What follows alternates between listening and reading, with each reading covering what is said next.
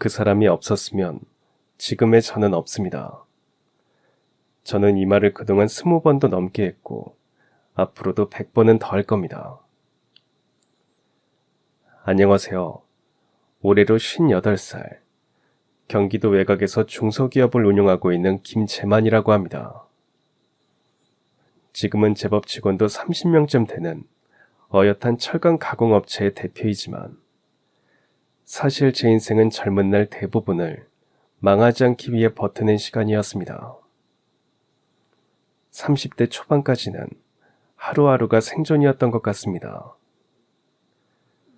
가족들이 살아야 하는 아파트 전세 대출금도 빠듯하게 내야 하는데 납품 대금까지 떼어 어려움이 가중되던 시기까지 있었거든요. 그런데 기계까지 고장이 나더니 설상가상이라고 비가 오는 날이면 공장 천장에서 물이 뚝뚝 떨어져 종일 양동이를 옮겨가며 버텨야 하는 일들도 있었죠. 어떤 날에는 전기세가 밀리자 전기까지 끊기는 바람에 작업 중간에 기계가 꺼져 납품을 못해 위약금을 물어야 했던 날은 지금도 잊을 수 없습니다. 가난을 벗어나는 게 저의 목표라 큰 마음을 먹고 차린 공장이었지만 생각보다 더 힘든 그 시간을 보내느라 고군분투해야 했습니다. 부모님이 힘들게 모은 돈을 보태주셔서 신혼집을 전세 대출받아 마련해 결혼했는데 그 전세를 월세로 돌리면서 시작한 일이었죠. 그러다 보니 월세도 내야 하고 전세 대출도 갚아야 해 더 힘들더군요. 아내는 쪼들리는 생활비에 대해 저에게 말도 못하고 아이 키우면서 일까지 하느라 저보다 더 고생을 했을 겁니다. 그런데도 저를 믿고 기다려주던 고마운 사람이었죠. 뭐라도 해서 결과를 내야 하니 저는 그저 열심히 하는 수밖에 없었습니다. 그래서 그 시절의 저의 하루는 새벽 5시에 시작됐습니다. 기계에 기름칠하고 어제까지 못 끝낸 납품 물량을 확인한 뒤 밤새 붙여둔 히터 하나로 꽁꽁한 철판을 녹이며 하루를 시작했죠. 한겨울엔 손이 너무 시려서 작업을 하다 말고 손바닥이 입김을 불곤 했습니다. 그래도 그나마 일이 있으면 다행이라고 생각했을 정도였어요. 아무 일거리도 없이 공장 안에 멍하니 서 있을 땐 딴 생각이 더 들어 무슨 돈으로 전기세를 낼 수 있을까? 그것만 머릿속에 맴돌아 더 힘들더군요. 그러다 보니 작은 돈이라도 지출을 줄이려고 애를 쓰게 됐습니다.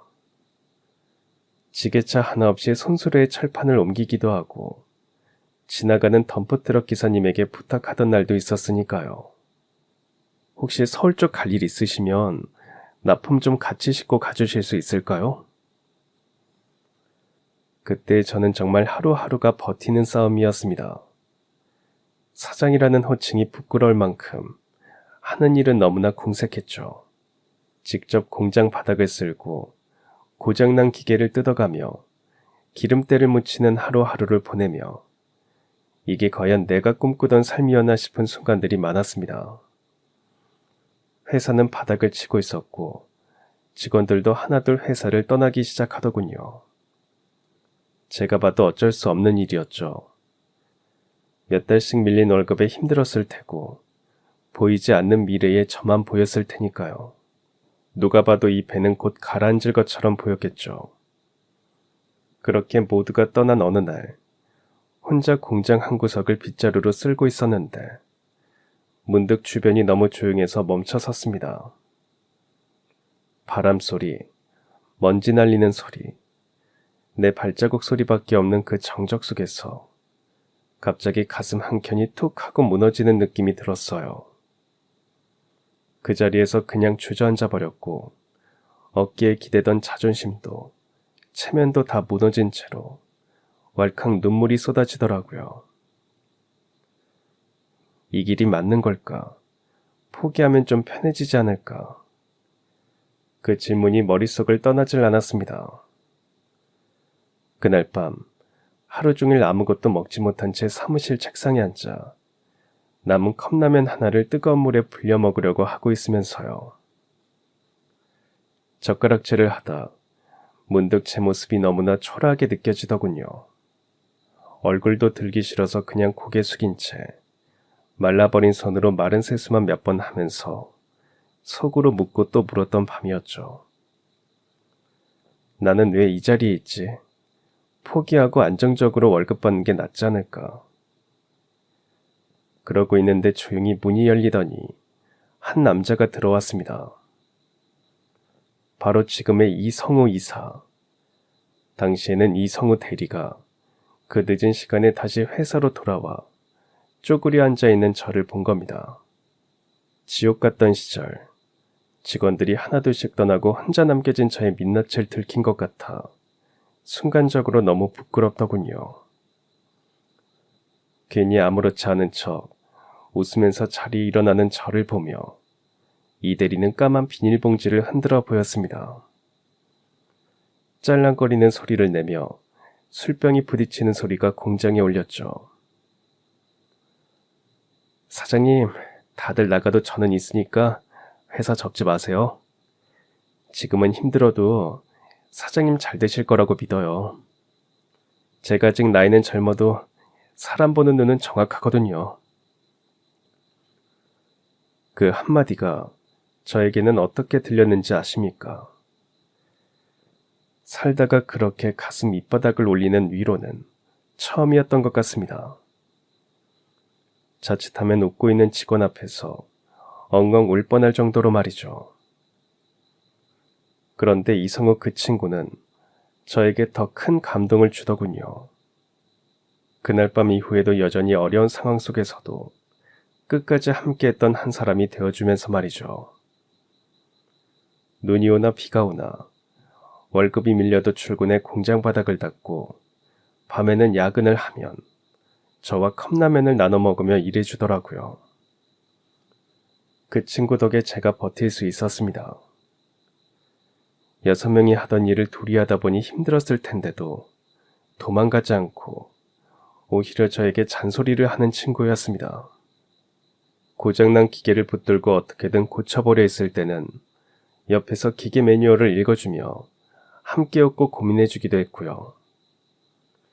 거래처에 납품하러 가는 길엔 제 차 조수석에 아무 말 없이 앉아 있었죠. 혹시나 제가 졸기라도 하면 자기가 깨워주겠다고 하더군요. 제대로 된 점심 한 번을 못 사주는 사장이 뭐가 그리 좋은지 허허실실 웃으며 저에게 힘내라고 해주는 성우가 너무 고마웠습니다. 그래서 저는 이성우 이사를 단순히 직원이라고 부르지 않았습니다. 그는 저에게 어떤 조건도 보장도 없이 그저 함께하겠다는 마음 하나로 인생을 걸어준 사람이니까요. 계약서 한 장, 확실한 미래 하나 없이 말입니다. 그 어려운 시절, 이성우는 제 곁에 남아준 유일한 사람이었습니다. 그때 저는 솔직히 자신감도 바닥이었고 모든 게 무너져 내릴 것 같았었죠. 회사 상황은 더 이상 나빠질 데가 없을 만큼 최악이었고 직원들은 떠나고 당장 다음 달 월급도 막막했으니까요. 하지만 그런 상황 속에서도 이성우는 단 한 번도 불평하지 않았습니다. 사장님, 오늘도 하나씩 해봅시다. 그 한마디에 제가 다시 일어설 힘을 얻곤 했고요.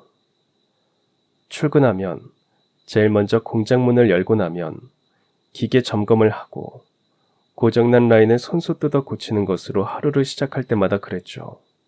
점심도 제대로 못 먹고 하루를 보낸 뒤 밤이면 같이 컵라면으로 끼니를 때우며 서로의 어깨를 토닥이던 시절도 있었습니다. 심지어 퇴사한 직원들 퇴직금과 월급을 먼저 보내주느라 정작 함께 일하는 성우의 월급이 두세 달 밀렸을 때도 웃으며 말해준 사람이었어요. 언제든 힘드시면 말해주세요. 끝까지 같이 할 생각입니다. 성우의 그 말 한마디가 정말이지 얼마나 큰 위로였는지 모릅니다. 그 말에 제 체면과 자존심이 아닌 마음이 버텨졌습니다. 이성우는 저보다 4살 어린 친구지만 저는 그를 친구로 동생으로 때론 형처럼 생각합니다. 지금도 저에게 가장 든든하게 기대고 의지할 수 있는 사람이고요. 돌아보면 그 시절을 버텨낼 수 있었던 가장 큰 이유는 제 옆에 이성우가 있었기 때문입니다. 그의 무심한 듯 따뜻한 마음, 조용한 성실함, 끝까지 저와 함께하겠다는 믿음이 지금의 저를, 지금의 회사를 있게 한 원동력이었죠. 그는 제 인생의 은인입니다. 정말 그 말 말고는 달리 표현할 길이 없습니다. 사장님이랑 이사님이 친구는 아니시잖아요. 두 분이서 함께 회사를 세우신 거예요? 언제부터 가까우셨어요? 그렇게 다른 직원들이 물을 때도 있습니다. 아마도 저희 둘이 너무 친밀해 보였을 테지요. 그 정도로 저는 이 친구를 무조건적으로 믿고 의지하며 회사 일을 긴밀하게 의논하는 사이니까요. 왜냐고요? 이유는 정말 간단합니다. 성우는 제가 바닥일 때부터 곁에 있었던 사람이기 때문입니다. 다들 떠나가던 그때 그 친구만은 저에게 말해줬습니다. 저 하나라도 있으니까 회사 접지 마세요. 그 말이 저에게는 세상의 그 어떤 말보다도 달았습니다. 지금은 회사가 어느 정도 궤도에 올랐고 외부 투자도 들어오게 되었죠. 둘이서 겨우 이끌던 회사가 점점 일이 늘고 한 사람 두 사람 직원이 늘게 되더니 결국 성우 말처럼 되더군요. 수출도 하게 되면서 외국의 바이어도 만나게 되었고요. 그 무렵부터였던 것 같습니다. 회사의 성장이라는 단어를 조심스럽게 꺼내 쓸 수 있었던 게요. 외부 투자 유치 이후 자금 사정이 조금씩 나아지면서 인력도 충원하고 장비도 교체할 수 있게 됐습니다. 햇살이 드는 넓은 건물로 이사한 날은 지금도 잊을 수 없습니다. 좁은 공간에서 어깨 부딪히며 일하던 날들이 떠올라 잠깐 눈물이 핑 돌더군요. 그런 변화들 속에서도 가장 믿고 의지할 수 있었던 건 단연코 이성우였습니다. 수출팀을 꾸려야 할 때도 망설임 없이 본인이 하겠다고 나섰고 영어도 그때부터 본격적으로 다시 배우기 시작했죠. 바이어들이 방문했을 때 저는 그저 서툰 인사말만 건넸지만 성우는 능숙하게 제품을 설명하고 계약까지 따냈습니다. 어쩌면 그때부터 제가 이 회사를 더 믿고 맡길 수 있겠다는 생각을 하기 시작했던 것 같습니다. 그러다 독일에 있는 한 의료기기 업체에서 대량 수주가 들어왔던 날이 있었습니다. 제 손으로 만든 제품이 해외 병원에 들어간다는 사실만으로도 가슴이 벅찼죠. 그런데 문제는 납기일이 촉박했다는 겁니다. 야근은 물론 주말도 반납하고 공장을 돌렸는데 직원들이 단 한 명도 불평하지 않아 얼마나 고마웠는지 모릅니다. 특히 성우는 공장에서 아예 먹고 자면서 제품을 조립했습니다. 이럴 때일수록 우리가 보여줘야 합니다. 그렇게 힘차게 말하던 성우의 목소리가 아직도 귓가에 맴돕니다. 그렇게 한 건 두 건 수출 실적이 쌓이면서 우리 제품이 점점 해외 시장에서도 알려지기 시작했습니다. 처음엔 이름도 몰랐던 작은 회사였지만 이제는 세계 10개국 이상에 정기적으로 납품을 하고 있고요. 문 닫을 위기에서 간신히 버티던 그 작은 회사를 이렇게까지 키워올 수 있었던 건 단순히 제 힘만으로는 불가능했다고 생각합니다. 진심으로 회사를 아끼고 함께 땀 흘려준 사람들이 있었기에 가능했던 일이죠. 그리고 그중 가장 고마운 사람이라면 저는 주저없이 이성우 이사를 꼽습니다. 그렇게 회사가 자리 잡으며 들어온 직원들이 하나둘 한 집안의 가장이 되어가는 걸 보면 감회가 새로워요. 고군분투하던 그때 저와 성우 둘 다 신혼일 때라 더 힘들었습니다. 부모님이 힘들게 마련해 주신 17평 전세 아파트를 월세로 돌려가며 힘들게 지킨 회사이기도 했고요.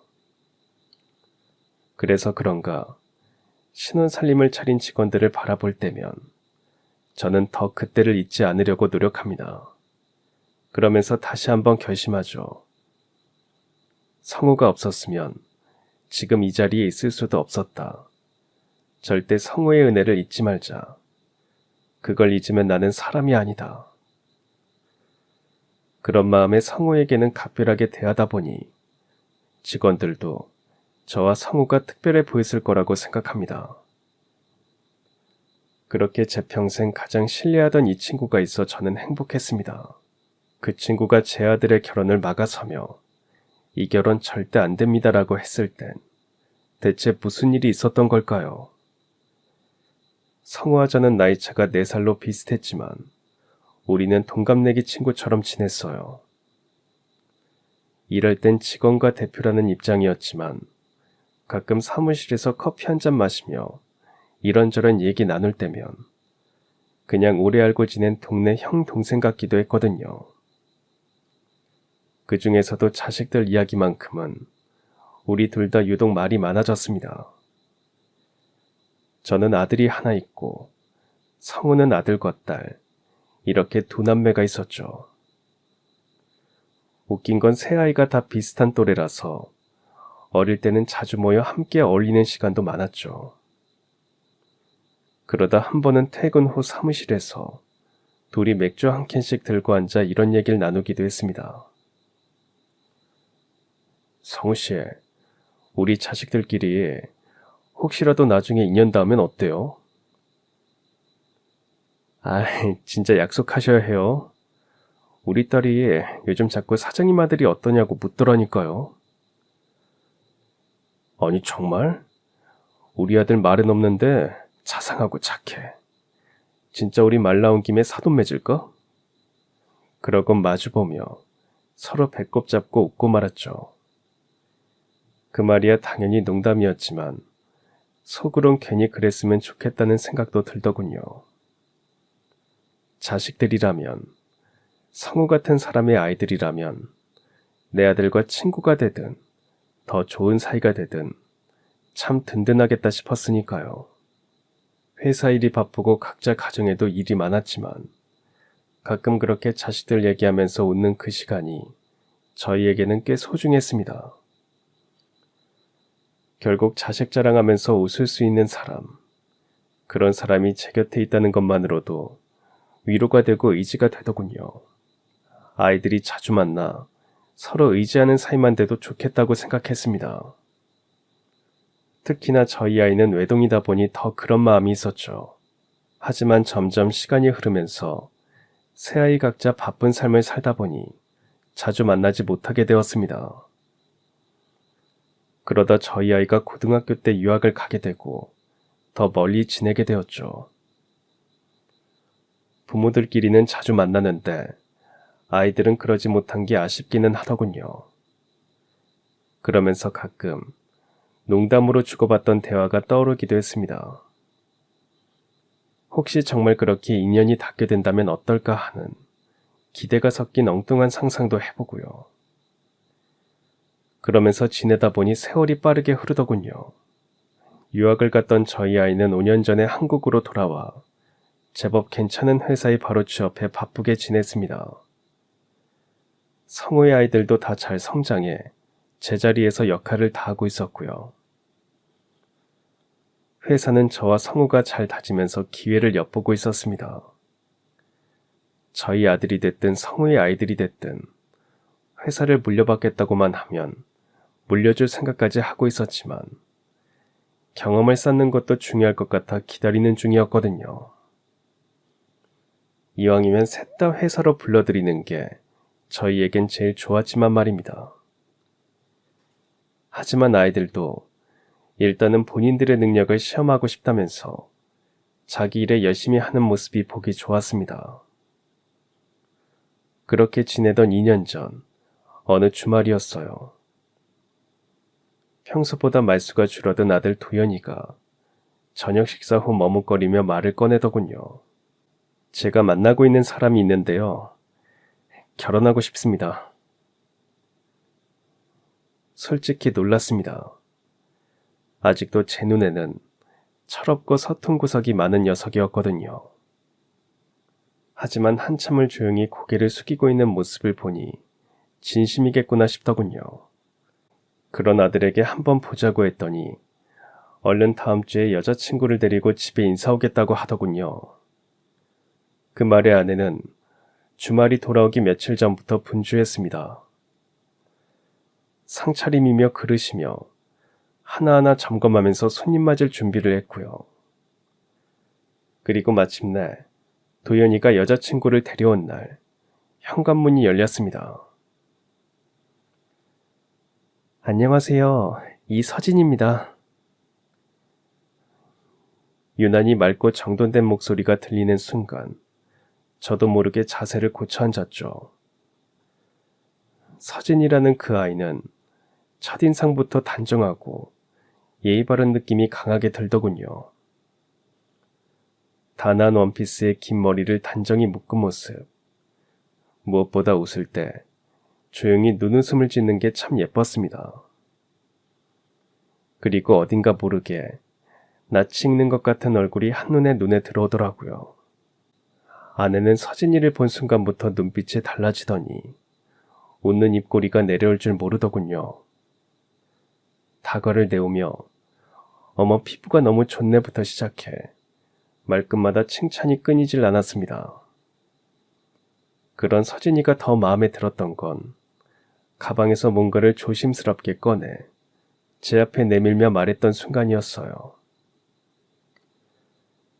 아버님, 도연씨가 아버님께서 약과 좋아하신다고 기뜸해줘서요. 유명한 집에서 줄 서서 샀어요. 한번 드셔보세요.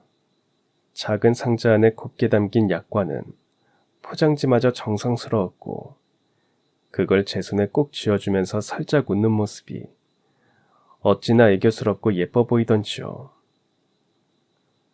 겉으로는 담담하게 아무렇지 않은 척 그래 고맙다 했지만 속으로는 이런 아이라면 도연이가 반할만 하구나 싶더군요.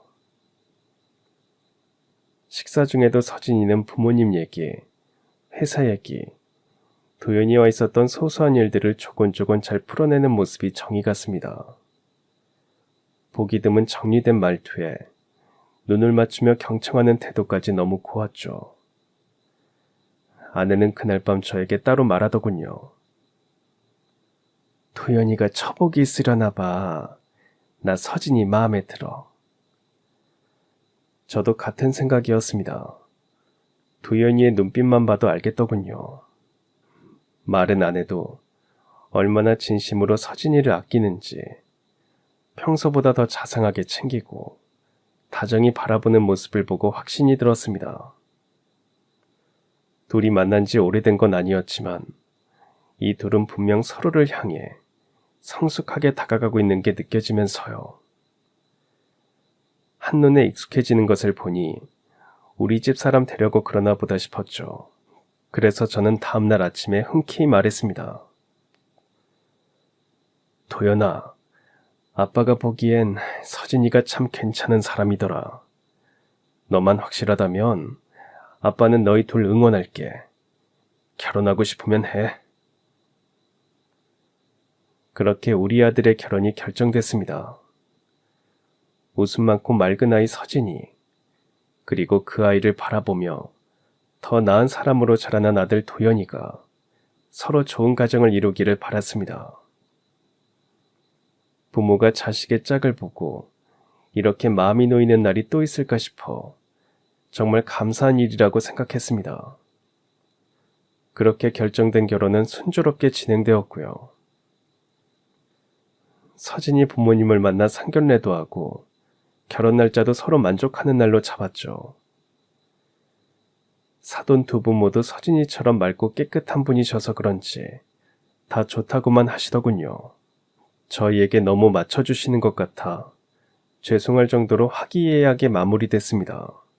저희 형편이 나쁘지 않으니 아들의 회사와 가까운 신혼집 준비도 도왔습니다. 저와 아내가 신혼생활을 어렵게 꾸려서 그런지 아들에게는 그런 궁핍함을 느끼게 하고 싶지 않았거든요. 아들과 서진이는 근사한 턱시도와 드레스를 입고 웨딩 촬영도 했습니다. 인생에서 가장 예쁘고 고운 모습을 멋지게 담았더군요. 그조차도 사치스럽지 않게 한다며 발품을 팔았고요. 고맙게도 무뚝뚝한 아들과는 달리 서진이가 그 모든 소식을 전해주었습니다. 어머님, 아버님, 저희가 진짜 좋을 때 결혼하나 봐요. 하나같이 예약하기가 힘든 걸 보면 그날이 좋은 날인 것 같아요. 미주알 고주알, 듣기 좋은 목소리로 전해주는 서진이 덕분에 저희 집은 더 화목하게 느껴졌습니다. 아내도 아들만 있다가 살가운 서진이 덕에 이제야 숨통이 트인다더군요. 예식장은 잡기가 힘들다더니 적절한 예식장을 겨우 잡았다며 서진이가 환하게 웃을 땐 저희까지 함께 웃었습니다. 아들은 서진이가 좋다는 쪽으로 맞춰주는 듯 했고요. 결혼 날짜에 맞춰 두 사람 모습이 들어간 청첩장도 인쇄했습니다. 정성스레 봉투에 담아 회사 직원들에게도 돌리기 시작했죠. 좋은 날이니 회사 식구들이 모두 와서 축하해주길 바라는 마음에서였습니다. 청첩장을 받은 모두가 잘 됐다며 축하해주는 분위기였습니다. 청첩장에 함께 새겨진 웨딩 사진을 보고 두 사람 모두 선남선녀라며 참 잘 어울린다고 하더라고요. 그런데 단 한 사람만 아들의 결혼식을 반대했습니다. 청첩장을 받은 성우가 갑자기 심각한 얼굴로 제 방으로 들어와 말하더군요. 처음엔 회사 일로 심각한 사안이 있나 싶을 정도였죠. 하지만 성우의 입에서는 결코 나와서는 안 될 말이 나왔습니다. 사장님, 이 결혼 절대 안 됩니다. 모든 것이 잘 맞아떨어지는 아들의 결혼에 그렇게 심각한 얼굴로 반대하는 성우를 보며 순식간에 제가 잘못 들었나 싶었어요. 혹시 장난을 치는 건가 싶어 저도 장난스럽게 대답했습니다. 왜? 우리 아들 놓쳐서 아까워? 말씀드리기 전에 이 사진 먼저 보시죠. 이 아이가 청첩장 사진 속 이 아이 맞죠? 성우가 핸드폰을 열어 보여준 사진에는 낯익은 얼굴이 있었습니다. 아들의 약혼녀이자 저희의 예비 며느리 서진이었죠.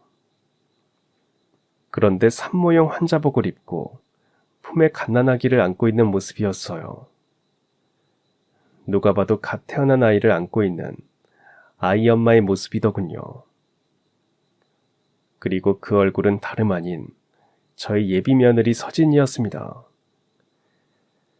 한참을 말없이 있던 성우는 천천히 입을 열어 이야기하기 시작했고요. 사장님, 저도 다시는 꺼내고 싶지 않았던 얘기입니다.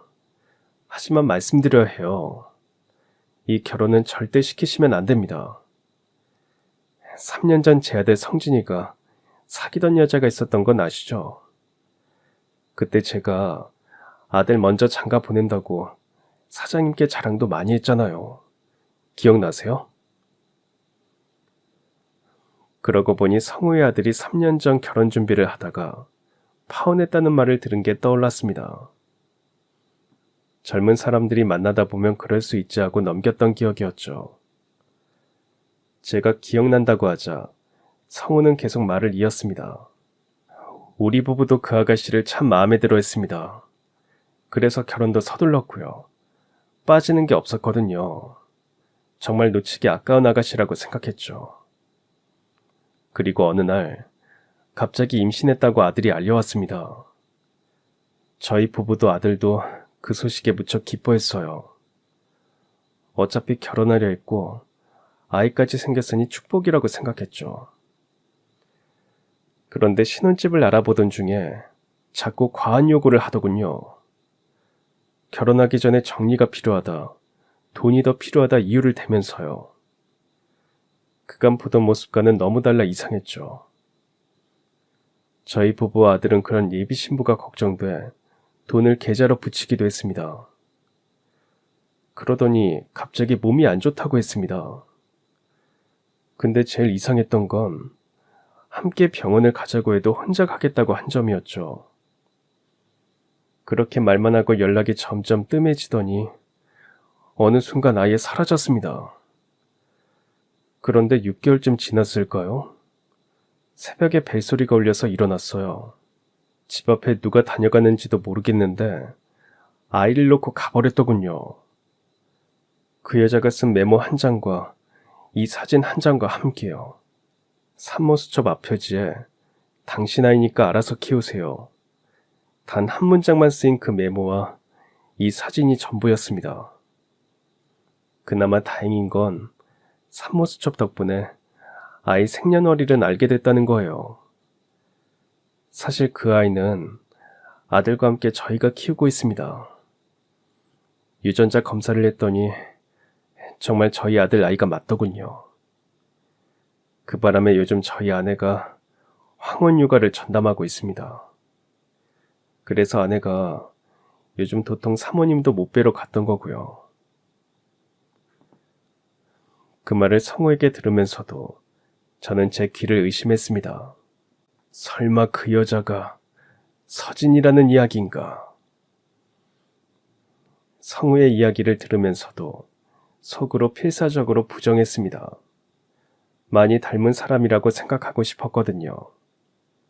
하지만 성우가 곧이어 말한 이름에 속이 와르르 무너졌습니다. 그 아이 이름이 서진이었습니다. 이서진. 온몸에 전기가 흐르는 듯 했습니다. 눈앞이 하얘지는 것 같아 그 자리에 주저앉고 말았죠. 믿고 싶지 않은 이야기라 어떻게 해야 할지 모르겠더군요. 저희 아들이, 도연이가 그렇게 좋아하고 존중하던 그 아이가 그런 일을 저질렀다는 게 도저히 믿기지 않았습니다. 그렇게 밝고 맑은 미소로 웃던 아이가 그런 일을 저질렀다는 게 상상조차 할 수 없어 어안이 벙벙할 뿐이었죠. 그런 저를 보면서도 성우는 말을 이었습니다. 다니던 회사까지 그만두고 어디로 갔는지 모르게 사라진 그 아이를 저희 아들은 지금도 알아보고 찾으려고 했었는데 이렇게 보내요. 우리 성진이는 그 아이 때문에 정말 큰 상처를 받았는지 결혼도 안 한답니다. 아이만 보고 살겠다면서 식도 못 올려본 채 호라비로 살고 있죠. 결국 그 사건 이후 사람을 못 믿게 됐다고 하더군요. 결혼은 파기됐다고 말은 했지만 창피하다는 생각도 들었어요. 우리 아들이 그런 일을 겪게 만든 것 같아 부모로서 자책도 컸습니다. 우리가 더 그 아이의 요구 조건을 못 맞춰줘서 그랬나 싶기도 했고요. 그래서 이 일은 저와 아내, 성진, 우리 가족 셋만 알고 있었습니다. 사장님께 이렇게 이야기하기 전까지 누구에게도 말하지 않았습니다. 하지만 사장님, 지금 그 아이 서진이가 도연이랑 결혼한다는데 맞나요? 성우의 물음에 저는 아무 말도 할 수 없었습니다. 갑자기 폭풍우가 몰아친 뒤처럼 머릿속이 복잡하게 얽히고 심장이 미친 듯이 뛰기만 하더라고요. 서진이가 보였던 그 다정하고 단정한 모습들, 저에게 건넸던 약과 환한 미소, 모든 것이 위선 같고 거짓말처럼 느껴졌습니다. 이 결혼 멈추셔야 합니다. 성우의 마지막 말은 단호했습니다. 흔들림이 없을 정도로요. 그리고 그 말에 저는 고개를 끄덕일 수밖에 없더라고요. 저는 집에 들어오자마자 도연이를 불러 사실 그대로 전했습니다. 처음엔 도연이도 믿으려 하지 않고 부정하더군요. 그래서 하는 수 없이 저는 서진이를 회사로 부르기로 했습니다. 아들에게는 진실을 확실히 가리기 위한 일이니 서진이에게 말하지 말고 회사로 데리고 오라고 했죠. 아들과 함께 회사에 들어선 서진이의 눈이 반짝이는 게 보였죠. 저는 그 눈빛이 호기심 많고 알고 싶은 게 많아 보여 좋게 느껴졌지만 그날은 조금 다르게 보였습니다. 그러면서도 제발 성우가 잘못 본 거길 바라는 마음이 들었고요. 하지만 사무실로 들어서는 성우와 그의 아들 성진이를 보고 놀라는 서진이의 표정을 보니 더 이상의 설명이 필요 없었습니다. 당신이 여기 어떻게... 아버님이 다니신다는 회사가 여기였어? 서진이의 그 말에 모든 사실은 분명해지더군요. 아들 도연이는 그런 서진이를 바라보며 아연실색하며 물러섰어요. 성우의 아들 성진이는 서진이에게 아이 사진을 보여주며 물었습니다. 당신이 두고 간 아이가 이렇게 컸어. 어떻게 엄마라는 사람이... 이러려고 아이는 두고 갔니? 아이가 당신 발목 잡을까봐. 하지만 그 순간 서진이는 아이 사진보다 제 아들을 붙들었습니다. 도연씨, 이거 다 오해야. 내가 다 설명할게. 어차피 아이는 내가 키우지도 않아. 우리 사이에서 달라질 건 없어. 그 말을 하는 서진인 굉장히 낯설게 보이더군요. 그렇게 맑아 보이던 얼굴이 가면에 쓴 것처럼 가식적으로 보였으니까요. 아들은 많이 놀랐는지 아무 말도 못하고 부들부들 떨기만 했습니다. 그날 밤 집으로 돌아온 아들은 한참을 울었습니다. 분노와 슬픔, 배신감이 뒤섞인 눈물을 흘리는 아들을 바라보며 저와 아내도 함께 울 수밖에 없었고요. 다음날 아침, 저는 퉁퉁 부은 얼굴의 아들에게 말했습니다. 아무리 서진이를 사랑한다고 해도 진심은 결국 드러나는 법이란다. 지금은 힘들겠지만 네 인생을 위해서라도 이 결혼은 멈춰야 해. 그냥 파혼만 했으면 모르겠지만 아이까지 그런 식으로 버리는 여자와 어떻게 결혼해서 함께 살 수 있겠니? 그건 말이 안 되지. 성우 이사와 성진이와도 그렇게 엮일 수는 없고 말이야. 성진이와 너도 서로 모르는 사이도 아니고 가끔 만나는 사이라며. 그러니 이만할 때 그만하자. 그게 맞는 것 같다. 그렇게 저희 가족은 커다란 진실 앞에 멈춰 섰습니다. 당연히 결혼은 파기됐습니다. 웃으며 다가왔던 사람의 뒤에 그런 진실이 숨어 있었다는 사실은 아직도 믿기지 않아 한동안 모든 사람이 이상해 보이더군요. 하지만 더 늦기 전에 진실을 알게 된 것이 그나마 다행이라 생각합니다. 그리고 그 누구도 쉽게 꺼내놓기 힘든 진실을 말해준 성우에게 저는 마음 깊이 고마움을 느낍니다. 그 후로 서진이와 성진이는 아이 양육비 문제로 소송을 한다고 하더군요. 저는 그 소송 비용을 보태는 것으로 성진이의 상처받은 마음을 조금이나마 달래주고 싶었습니다. 다행히 성진이가 받아줘서 마음에 조금 위안이 생기더군요.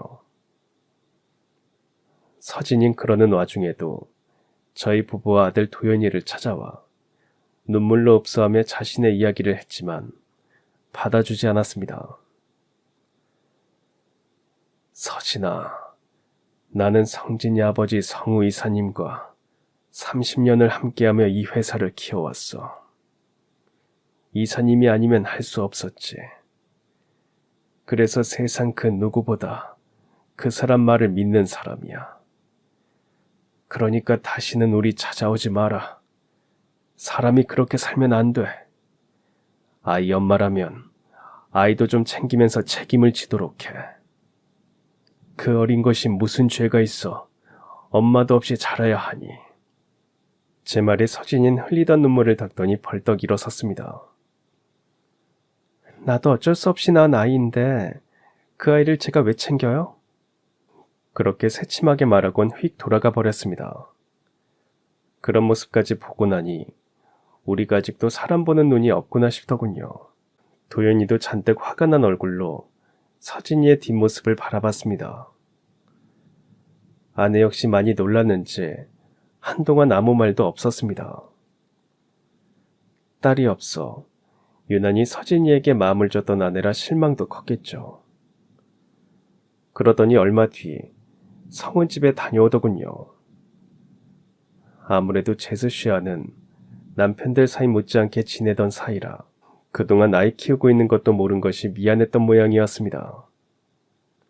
아이를 호적에 올리기 위해 친권 인지 청구를 하는 과정도 힘들어 아무도 보고 싶지 않았다고 하더라며 집에 와서 놀더군요. 괜히 우리가 그 아이 상처 준 것 같아서 마음이 안 좋아요. 서진이가 우리 도연이 만나려고 일부러 그렇게 한 건 아니겠죠? 아이는 할아버지, 할머니, 고모, 아빠 사랑을 많이 받아서 그런지 밝고 예쁘더라고요. 웃을 때는 서진이를 꼭 빼닮았어요. 아내의 말에 저도 마음이 씁쓸해 한동안 성우 보기가 불편했습니다. 집안에 그런 큰일이 있었는데 제가 그것도 몰랐다는 게 너무 미안했죠. 그런 저를 안쓰럽게 여겼는지 성우가 먼저 다가와 주었습니다. 사장님, 어떤 마음이신지 알 것 같아요. 속인 사람이 나쁘지 속은 사람이 잘못한 건 아니잖아요. 그러니 괜히 민망해하지 마세요. 성진이도 도연이 걱정하던데요. 그런 면에서 서로 통한 건지 도연이와 성진인 종종 어울리는 것 같았습니다. 어릴 때 생각도 났겠지만 아무래도 서로 같은 상처가 있다 보니 마음이 잘 맞는 건지 만나서 시간을 보내더군요. 1년 정도 시간이 흐르자 그렇게 시간을 보내던 제 아들 도연은 다시금 좋은 사람을 만나고 싶다는 말을 자주 하기 시작했습니다. 이제는 진짜 진실된 사람을 만나야 할 때가 된 것 같아요. 저와 아내는 그런 아들의 말에 반갑기도 했지만 내심 걱정도 됐습니다. 아무래도 자식이 좋은 짝을 만나 행복하고 따뜻한 가정을 꾸리기를 바라는 게 부모 마음이기에 걱정이 안 될 수 없더군요. 혹시나 다시 한번 안 좋은 경험을 한다면 그때 아이가 받을 상처도 무시할 수 없으니까요. 세상은 넓고 사람은 많지만 한번 그런 사람과 결혼할 뻔한 아들이었기에 더 걱정이 됐습니다. 그런데 뜻밖에도 제 아들과 성우의 딸 유정이가 교제를 시작했다는 말을 들었습니다. 그동안 성진이만 만난 게 아니라 유정이도 함께 만났던 모양입니다. 아버지, 저 이제 제대로 된 사람과 제대로 사랑하고 싶어요. 이번엔 진짜입니다. 그렇게 말하며 환하게 웃는 아들의 모습이 행복해 보였습니다. 게다가 상대가 유정이라면 저희도 안심할 수 있는 상대였습니다. 성우의 딸 유정이는 어릴 때부터 똑부러지고 바른 아이였으니까요. 그 집안 성품이야 제가 누구보다 잘 알기에 이보다 더 든든한 사돈이 없겠다는 생각이 들었습니다. 성우도 아이들을 통해 도연이와 유정이의 교제 소식을 들었는지 저에게 다가와 웃으며 말하더군요. 사장님, 애들 이야기 들으셨어요? 저는 무조건 찬성입니다. 그걸 말이라고 합니까, 이사님? 무조건 찬성입니다. 유정이처럼 고운 처자가 저희 며느리만 되어준다면 바랄 게 없죠. 그렇게 양가 어른들이 더 반겼던 두 아이의 혼사는 일사천리로 이루어졌습니다. 2024년 봄, 두 아이가 결혼을 했고요. 신혼집과 혼수, 모두 저희 집에서 준비해서 치른 혼사였죠. 성우의 딸을 며느리로 맞는데 그 정도는 당연히 해야 한다고 생각했어요. 예단 예물은 생략하고 아이들끼리 반지만 나누어 끼게 했습니다. 물론 그 반지는 저희 아들 도연이가 마련해서 끼었더라고요. 성우와 저는 신랑 신부 부모석에 나란히 앉아 정말 고생 끝에 얻은 인연이라며 서로 손을 맞잡고 웃었습니다. 신랑 신부보다 부모들이 더 많이 웃은 결혼식이었죠.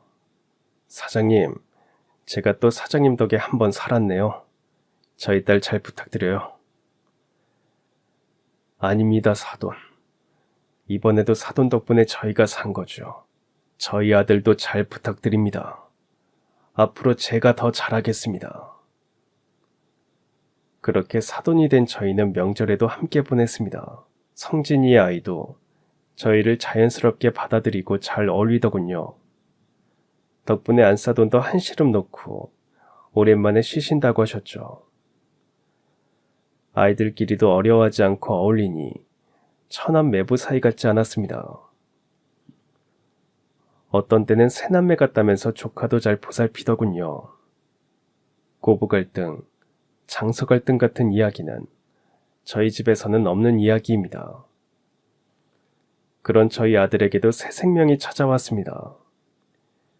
유정이가 임신을 해서 벌써 7개월이 넘어간다고 하더군요.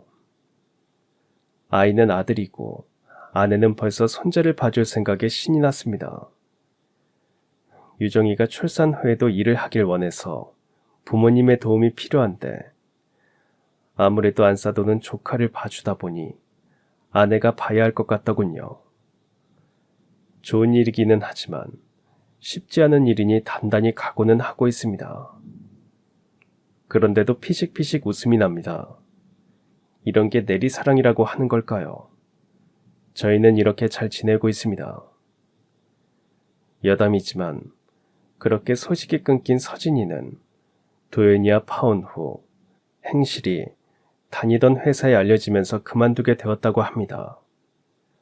그러고는 업계에 소문이 퍼져 재취업도 못하고 외국으로 나가 힘들게 산다고 하더군요. 외국에 나가기 바로 직전까지도 자신은 억울하다고 했다더군요. 아무래도 자기가 사기를 당해서 인생이 망가졌다고 하면서 글을 올리고 다녔다고 합니다.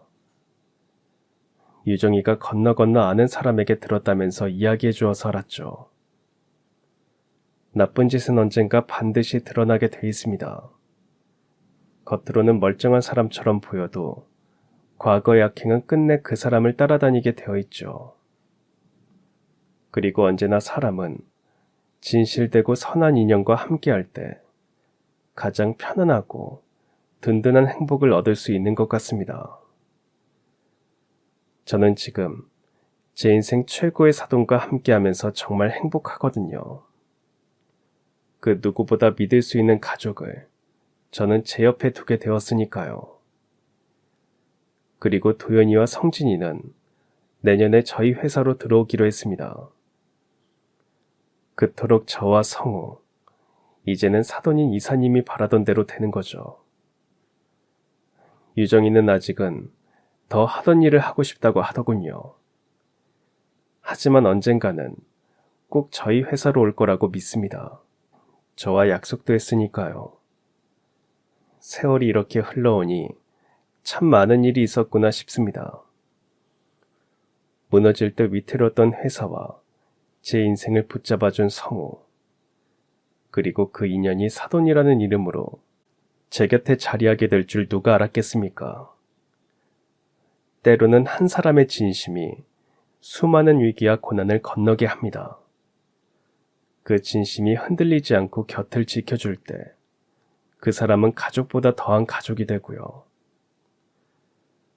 돌아보면 사업이 어려울 때도, 가족의 일이 힘겨울 때도, 그리고 아들의 인생이 송두리째 흔들릴 뻔했던 순간에도 성우는 늘 제 곁에서 괜찮다, 버티자라고 말해주던 사람이었습니다. 그래서 저는 지금도 그 사람의 말이라면 기꺼이 귀 기울이고 믿습니다. 그 믿음이 오늘의 회사를 만들었고 오늘의 제 삶을 지탱하고 있습니다. 이제 우리 두 집안은 명절이면 함께 웃고 기쁜 일은 나누며 힘든 일은 서로 덜어주는 사이가 됐습니다. 아들 도연이와 며느리 유정이가 곧 부모가 되고 성진이도 아이를 잘 키워내고 있으니 이젠 우리가 지켜줄 차례란 생각이 듭니다. 인생에서 참된 복은 돈이나 명예가 아니라 끝까지 믿고 의지할 수 있는 사람이라는 걸 저는 배웠습니다. 그런 사람을 얻은 저는 이미 성공한 인생을 산 셈입니다. 앞으로 남은 시간 동안 이 소중한 인연을 더 단단하게 지켜가겠습니다. 그리고 언젠가 제 아들과 성우의 아이들이 우리 회사를 잇게 된다면 그 길 위에 우리가 함께 걸어온 시간과 마음이 고스란히 스며들어 있기를 바랍니다. 사람은 결국 사람으로 완성된다. 이 믿음을 제 삶 끝까지 간직하며 살아갈 생각입니다. 여러분도 그런 마음으로 함께 인생을 만들어갈 동지를 만드시는 게 어떨까요? 그러면 인생이 조금 더 풍성하고 행복해진다는 건 제가 보장합니다. 그럼 지금까지 사연 들어주셔서 감사합니다. 사연이 재밌으셨다면 구독과 좋아요 부탁드려요. 감사합니다. 안녕히 계세요.